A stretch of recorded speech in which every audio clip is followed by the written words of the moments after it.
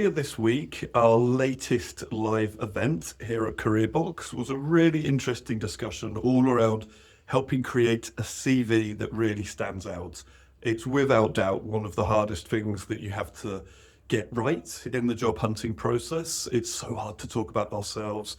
We all know that each hiring team and recruiter looks for something slightly different, but we covered a lot of ground with some really tried and tested best practices from the team of expert recruiters at Denham Associates.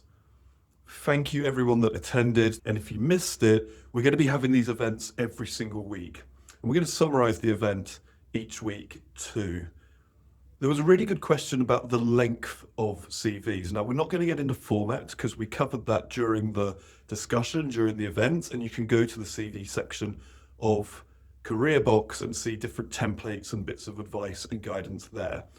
But there was a really good question about the length of a CV. To summarize, 2 to 3 pages these days is about right. It doesn't have to fit onto one page. It's a bit of an old-fashioned view of things. But if you start creeping into 4, 5, I think one of the panel said they'd even seen a 10-page CV, that's just too much. There was another really good question around whether to include hobbies and interests. Now, the general consensus on the panel was that it certainly can't do any harm, depending on what your hobbies and interests are, of course. And just remember, this is a professional document going to would-be colleagues and managers. But it certainly can't hurt. You know, it's one of the few opportunities you get on your CV, as well as the personal profile or statement at the beginning, and of course a personalized cover letter, to just add a bit of human context to who it is that they're going to be hopefully speaking with, or even better, working with in the near future. And it actually sits quite nicely alongside the more sort of to the point and factual parts of the CV, like your skills, like your qualifications, like what you achieved in your last role. So generally speaking, we were fans. Somebody else made a really good point, and it's one that we hear actually quite often, and that's how closely your CV should match your LinkedIn profile, given that most of us would have probably 2 or 3, sometimes even 4 different versions of our CV that we can then put into different contexts or sectors or job roles that we're going for. Now, broadly speaking, we all agreed that your LinkedIn profile should basically match what's on your CV. But you do get a little bit of freedom on the CV to play around, maybe slightly change your intro, add a bullet point here or there, and that's where the tailoring can come in for a particular job or sector or company. But if there's huge differences between them, questions do need to get asked unnecessarily. You know, we talked often during the discussion about the path of least resistance. Don't give a potential hiring manager any reason to question your fantastic experience or why you're applying for this job.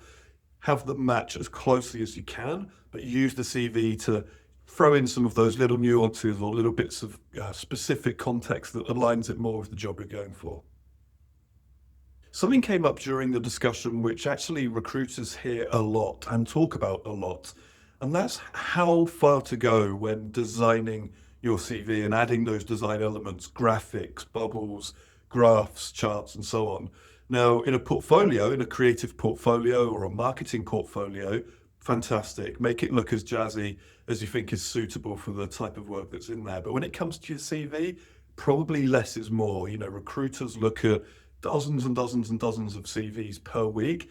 The easier you can make their life in terms of which sections flow in to the next section of the experience or a couple of simple bullet points, the more you can do that, the better. Make their life easy. We talked about creating the path of least resistance often during the discussion, and really have that in mind. You know, it doesn't tend to get you many extra brownie points by having a snazzy, all singing, all dancing, highly designed CV. If anything, it makes the recruiter's life a little bit longer in the tooth when it comes to finding the information they need, because some of that stuff can be distracting.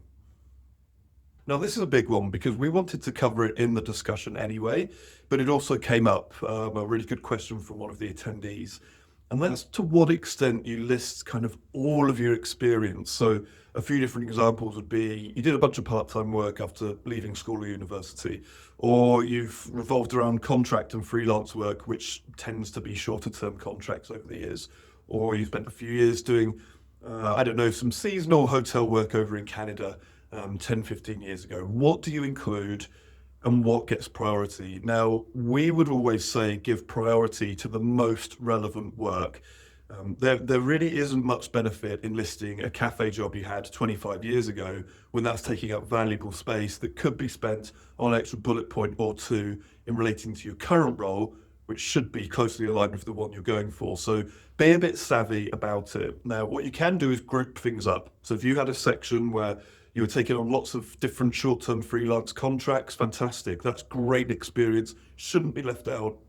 But try condensing it, bunch it up together. You know, this was the time period. These are the types of companies I worked for. These are the sorts of things I did. And then you move on. You know, it's that fine line between not selling yourself short, but also not listing out things that become either gradually less relevant as you go down the list, or you're almost kind of repeating the same thing over and over again. You're just changing the name of the company. So be a bit street smart and try and keep it to that sweet spot of 2 to 3 pages. And last but not least, unsurprisingly, completely understandably, we had a couple of good questions around ATS and the use of AI. In a nutshell, from a candidate standpoint, if you're looking to create a cover letter or update your CV, you can lean on AI to begin with, just to even take some of the emotion out of putting some of the factual parts of your experience down, but do not rely on it entirely. A recruiter will see through it straight away. The AI model may grab parts of the job description and put them into your CV, which again, a recruiter will see immediately. So it's fine to use it as a base. It's fine to maybe strip out some of the fluff and words that you would typically struggle to see through yourselves. But then you've got to put your own stamp on it, because you're either going to sound like everyone else or a recruiter's going to know it was AI generated, which is a problem you can avoid with just a little bit of extra work. And when it comes to ATS and AI models being used to filter CVs for companies, again, we tried to take some of the myth and fear out of those things. You know, a lot of those systems are actually used for segmenting groups of CVs or compartmentalizing for future hires and those sorts of things. More often than not, a human will always look at your CV as well. So don't be put off by the fact that a company, I mean, if it's a huge global organization, they're probably using it just because of the sheer volume of CVs that they get. But if it's a small or medium-sized business, we can almost guarantee that a human will be looking at it at some point. So don't be put off by the fact that they might be using AI. You know, there's no point trying to beat the system with keywords and those sorts of things. It doesn't work like that. You know, if you have experience in something, it should be on your CV. If you don't, it's going to come out at some point in the interview process anyway. So keep it human, write it for a human first, and you can't go far wrong. All right, that's it. We'll see you on the next one.